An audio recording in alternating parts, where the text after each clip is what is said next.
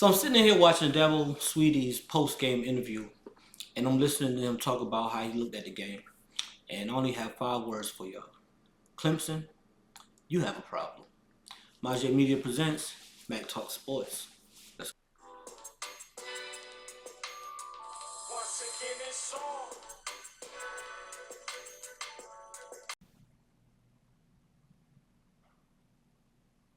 Coach Sweeney will have some opening comments. We will then go to questions in the room, and if time permits, we'll go to questions virtually after that. So, Coach, whenever you're ready, go ahead. All right. First of all, congrats to Georgia. It was a good first half, tough, hard-fought first half, and then they just freaking kicked our tails in the second half. So, congrats to them. They're a great team. They've been a great team, and they showed in the third and fourth quarter what it looks like. But just really disappointed. And biggest thing is, when you don't finish, again, I've talked a lot about it, and I thought we did some good things in the first half. There'll be some things on tape, but you got to play 4 quarters, and we didn't do that. So biggest thing is, that's when you get beat like that, that's on the head coach. That's on me. So it's just complete ownership of just an absolute crap second half, and just really disappointed. But I've done it long enough. This is sometimes you get your butt kicked, and we did today, and that's not what we came here to do. But you got to give Georgia credit, and we got to move on. We got to learn from it. But again, biggest thing to me was missed opportunities on offense in the first half. We needed some early momentum, and we had made a couple plays, and we made a huge play.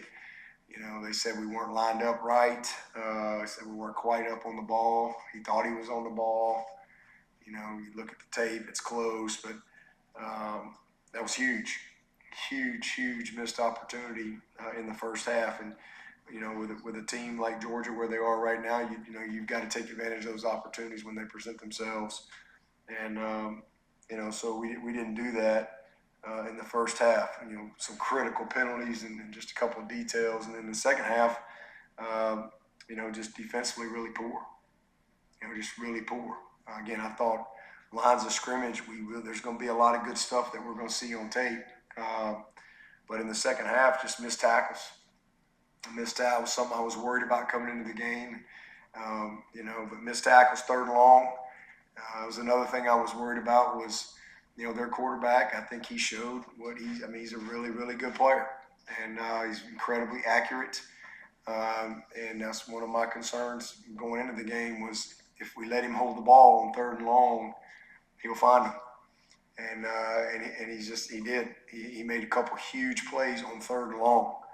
And then I think, they capitalized on we misfit a couple of their runs.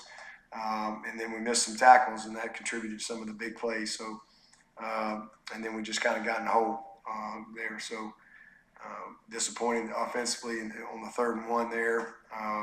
Had a little miscommunication, but they did fight. They didn't quit. They battled to the end, and there'll be some, like I said, some good things that we'll see on tape. But at the end of the day, we just got our butts kicked, and so we got to battle back. It's a long season ahead. Again, Georgia's a great football team, and I have no doubt they're going to have a great year. But this is one game, and whether you get your butt kicked or you lose by 1 point, when you lose, and it's 0-1. And so we got to get back to work Monday. We got to flush it, and we got to learn from it. And I don't shy away from games like this. I don't ever shy away from games like this. I think this is when you play games like this, you got a chance to learn, you got a chance to teach, and I think you can grow your football team. And because they get a chance to see, right out of the gate. So, we'll get back to work on Monday. We'll flush it. I really am proud of our guys in the locker room. Obviously they've worked really, really hard. And when you put in the amount of work that these guys put in, you don't get the result. It's incredibly heartbreaking and disappointing. But I'm proud of the comments in the locker room, the leadership that I saw, and we certainly, took one right, just punched right in the gut. But we'll respond. We'll get back to work. It doesn't get any easier next week. We got a probably as good a group of 5 team as there is in the country in that coming into the Valley, and I'm sorry for our fans. I feel terrible for them because we didn't get it done for them tonight, and didn't play those last 2 quarters like we know we can play. But I promise you this: we'll get back to work, and long season ahead, and see if we can find a way to have a great Sunday tomorrow, a great Monday, and find a way to get on the other side of this thing and just keep going there, one day at a time, one game at a time, and we'll see what happens. But today was not our day, and all the credit goes to Georgia for sure. Hey, shout out to Bulldog Illustrated for that clip right there. When I looked at that, the first thing that popped in my head was it sounded so familiar. It's like in the words of Usher, you remind me of someone that I once knew. But that someone just so happened to be the 2021 Dabo Sweeney after Georgia beat them 10-3, where they didn't score a touchdown. And consequently, I mean, ironically, they didn't score a touchdown today either. And why did I bring up 2021? Since 2021, Dabo Sweeney has been so high on producing the team, homegrown, and I get all that. I know like the recruiting is always gonna be something major to play when it comes down to college football, but it's gonna be a big deal. But in 2024, recruiting is really not the biggest thing. It has to be the transfer portal. And I feel like Clemson is going to have a problem because Dabo Sweeney is failing to adapt to what Clemson need in order to sustain that prominence that they have as an elite football team. And I want to break down something to y'all. And I don't want to make sure, I don't want y'all to see that I'm saying anything crazy. So the only thing I can do is give you what's straight up to me, and let's just talk the facts. And the facts is given from this game today. Let's talk stats. Now, Clemson had 13 first downs to Georgia 19. They had 6 passes for first downs of Georgia's 11. They had 4 rushes for first down to Georgia's 8. 3 penalties for first down to Georgia's 0, which is always a big deal. They was 4 for 13 third down efficiency, as Georgia was 4 for 11. On fourth down, they was 0 for 1. Georgia didn't have any fourth downs. But here's where everything gets crazy at. Because I know that as we look at these stats, we'll say, well, damn, Clemson should have been into this game. But what goes under that fourth down efficiency tells it all. This was the tale between the tape, everybody. 188 to 447. Dabo, you are not going to be able to sustain Clemson football without the transfer portal. I repeat again, 188 to 447. What does that tell us? Well, to me, it tells me that you lack depth. You don't have the depth to be sustainable with Georgia. When we look at that tape, when we look at the game, if you were really looking at the game, at least from my opinion, again, I'm just a fan, but it didn't look like Clemson was staying in the game. It just looked like Georgia was just trying to get their feet under them.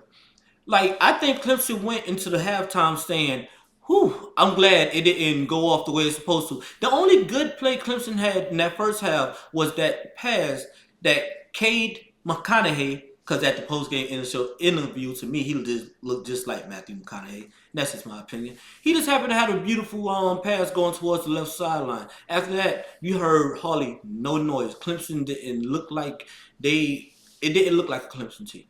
It didn't look like a team that built. It didn't look like a team that got any better last year. It just looked like Clemson remained Clemson. And I'm hoping that this ain't this new standard that Clemson is trying to attain, because I understand growing and want to go recruit and go scouting inside home. South Carolina is my home. And I know we have good talent running around here. But you got to also understand, it's another school up there, up the street from me in USC that's recruiting the same people.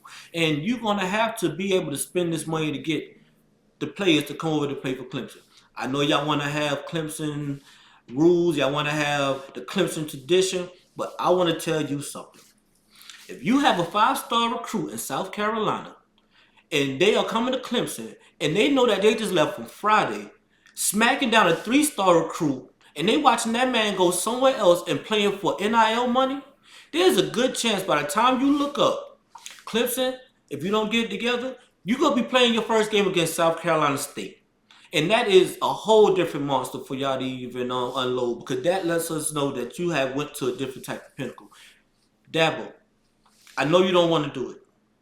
I know it's going to hurt you to do it. I know you said if you had to go in the transfer portal that you'll leave as my fantasy draft about to start in the next minute. But I would like to tell you this. You look good in Clemson. That Clemson orange fits you. You have a nice quarterback that fits your style of play, and he's the cut quarterback that you like.